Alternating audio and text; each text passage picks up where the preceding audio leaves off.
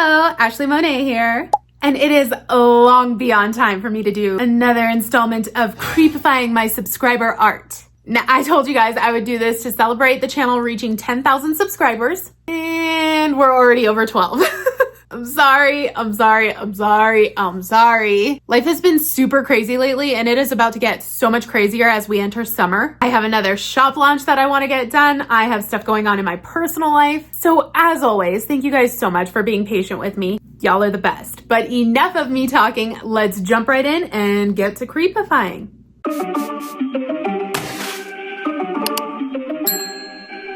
Okay, for those unfamiliar, I get my inspiration art for this series from my subscribers over on Instagram. People can use the hashtag DrawMeMonet, and from the bunch, I choose what speaks to me, and then I can decide what to creepify. We had a few submissions this go around, but the first one I wanted to use was this piece from artist Marianne Hayes. She did this friendly looking little tick about to enjoy a human-shaped corn dog.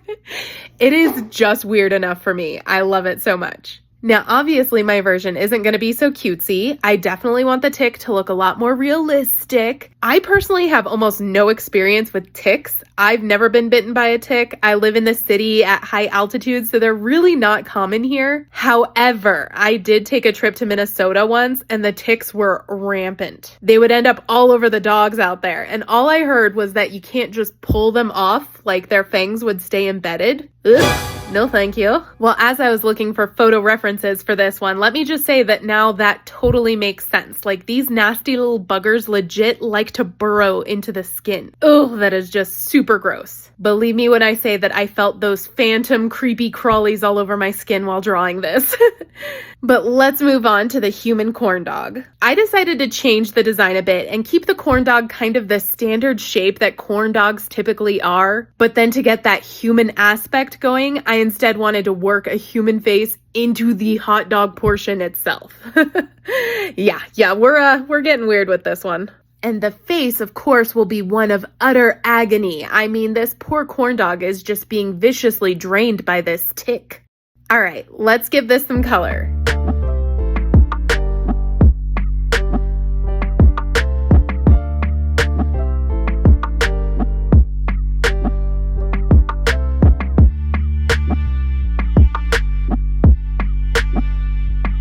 I wanted to do some red splatter where the tick has latched on. It's ketchup, of course. Get your head out of the gutter.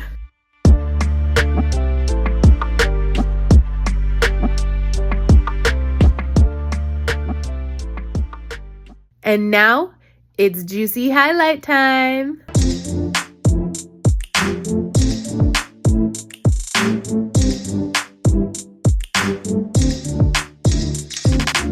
Okay, I'll admit this wasn't ketchup-y enough looking. Let me do some more. All right, yep, that is much more like it. I really feel like this piece now says everything that I wanted it to say. It's giving all of the weirdness, and in the best way possible. But moving on, this piece was submitted by Prism Art Life. Hope I said that right. But it's just this little character. Could be any number of animals here. It could be a hamster, maybe bear, but she's giving me mouse. I apologize if I was wrong on that one, but you know what? She's a mouse girl now. And I really like the skeletal aspect of the drawing. Like, it definitely gave me a creepy direction to go in. I wanted to make my own creepy kind of rat girl. Because a mouse is too cutesy, we need a rat. Inspiration, I don't know. I was kind of channeling a little Yellow Jackets, maybe like a tribal warrior or pagan ritual vibe. So I'm drawing this girly rocking a massive rat skull headpiece. She's gonna have flowing locks of gray hair. And then I thought it would be fun to put her in body paint that would mimic the bones of her skeleton. Oh yeah, that's gonna look super cool.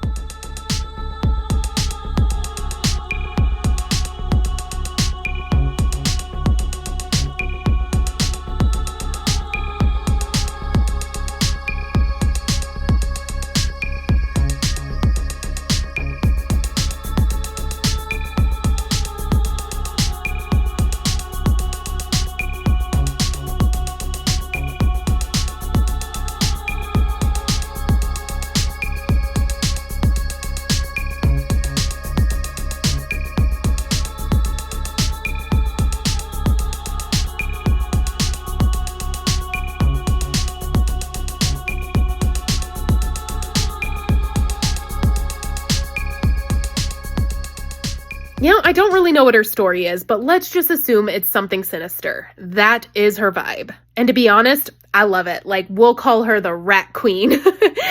And I will say she would make one heck of a fun Halloween costume. Like, kind of hot, kind of creepy, which, hi, is right up my alley. But on to the next. This piece was submitted by Tijo Creates, and I liked the idea of this kind of sad little goth girl surrounded by ghosties.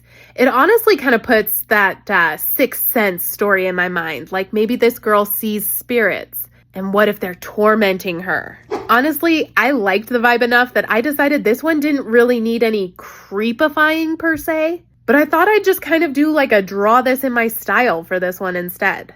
Sometimes it is kind of hard to decipher other people's art and know like what details they were trying to include and why, but I'm fairly certain this girl is wearing a veil of some sort. I don't know, maybe she's a bride, but my interpretation was that maybe she's at a funeral, hence the spirits in the background. So in my rendition, it had to be one of those classic black birdcage veils. Like she's a widow in mourning. My main priority was to really emphasize the sadness, so I added a lot of pink around the eyes and the nose, like she's been crying a lot and now she's all puffy and sniffly, like, you know, we've all been there. And then I got a little crazy and busted out some paint. Believe me, I was trying to avoid it, but I just didn't see myself pulling off this entire background with marker. Like, ugh, too much work, puke. Time to really bring her to life with all of the blacks. It's my favorite part.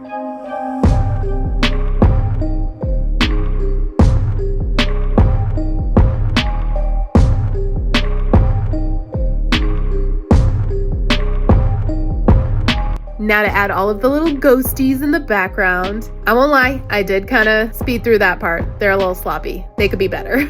And a few juicy highlights.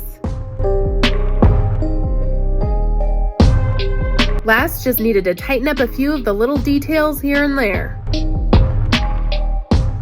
And that's it for my creepy clairvoyant goth girly. I had a lot of fun doing this one, but give me a pretty girl portrait and I am always happy. All right, let's do one more.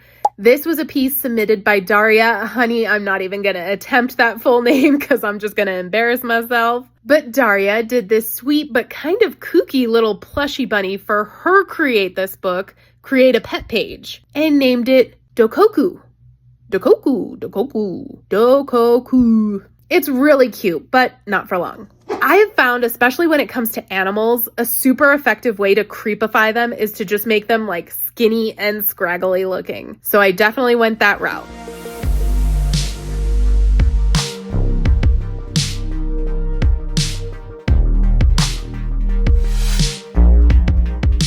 Dokoku also got a nice sharp set of fangs and some ferocious claws.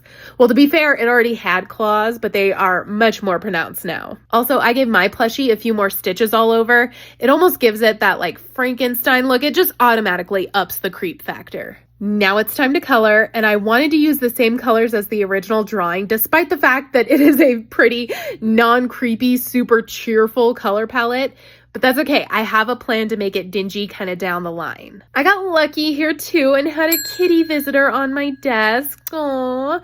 Normally my cats really give me my space when I'm creating. They don't like interact with me at all, but I guess Prince was being a little extra needy on this evening, so I made sure to give him a little extra lovin'.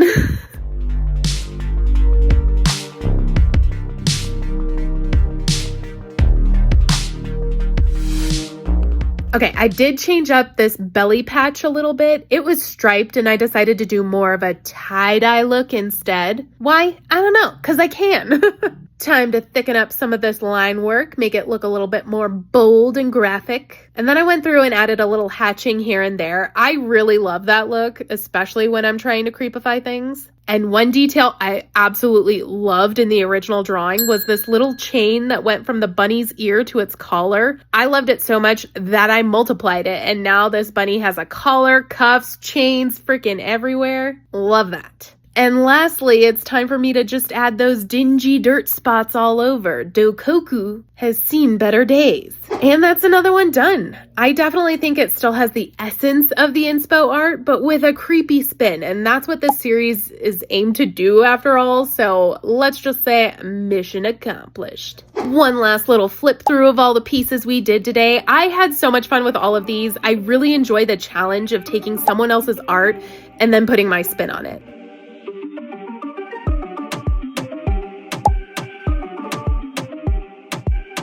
I want to say thank you to everybody that submitted a piece, and major thank you to every single one of you that has subscribed. Like, my channel would be nothing without all of you. Thank you guys so much for watching, and until next time, goodbye.